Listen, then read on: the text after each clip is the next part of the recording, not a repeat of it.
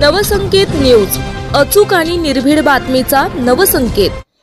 हातकणंगलेत राज्य उत्पादन शुल्क विभागाची कारवाई। देशी दारूचा साठा व वाहन जप्त। 8,76,000चा मुद्देमाल जप्त।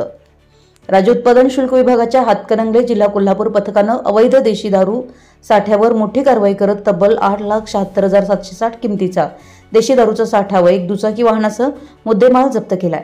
या प्रकरणात एकाला अटक करण्यात आली असून त्याच्या विरोधात महाराष्ट्र दारूबंदी कायद्यानुसार गुन्हा दाखल करण्यात आलाय।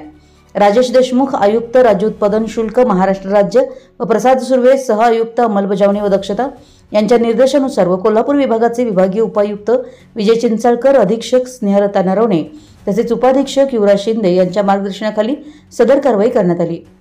हातकणंगले तालुक्यातील आळते व तारदाळ परिसरात मिळालेल्या गोपनीय माहितीनुसार एक काळ्या रंगाच्या हिरो स्प्लेंडर दुचाकी MH13 CW 9623 व कागदी पुठ्ठ्याच्या बॉक्समध्ये विविध ब्रँडच्या देशी दारूचे एकूण 234 बॉक्स हस्तगत करण्यात आलेत। एकूण मुद्देमालाची किंमत 8,76,760 इतकी। या प्रकरणात राजकुमार अशोक घाटकर वय 36 राहणार सळकुडेमळा हातकणंगले याला अटक करण्यात आली असून त्याच्या विरोधात महाराष्ट्र दारूबंदी कायदा 1949 अंतर्गत गुन्हा दाखल करण्यात आलाय।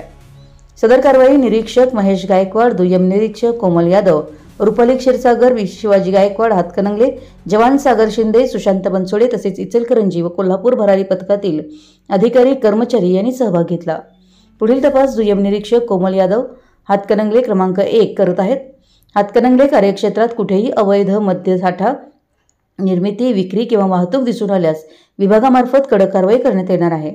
नागरिकांनी अशा प्रकारची माहिती टोल फ्री क्रमांक 1800-233-9999 किंवा व्हॉट्सअप तक्रार क्रमांक 8422001133 वर कळवावी।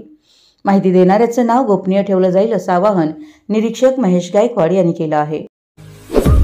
आपल्या परिसरातील महत्त्वाच्या बातम्या पाहण्यासाठी आमच्या नवसंकेत न्यूज चॅनलला YouTube वर सबस्क्राइब करा आणि बेल आयकॉन प्रेस करा।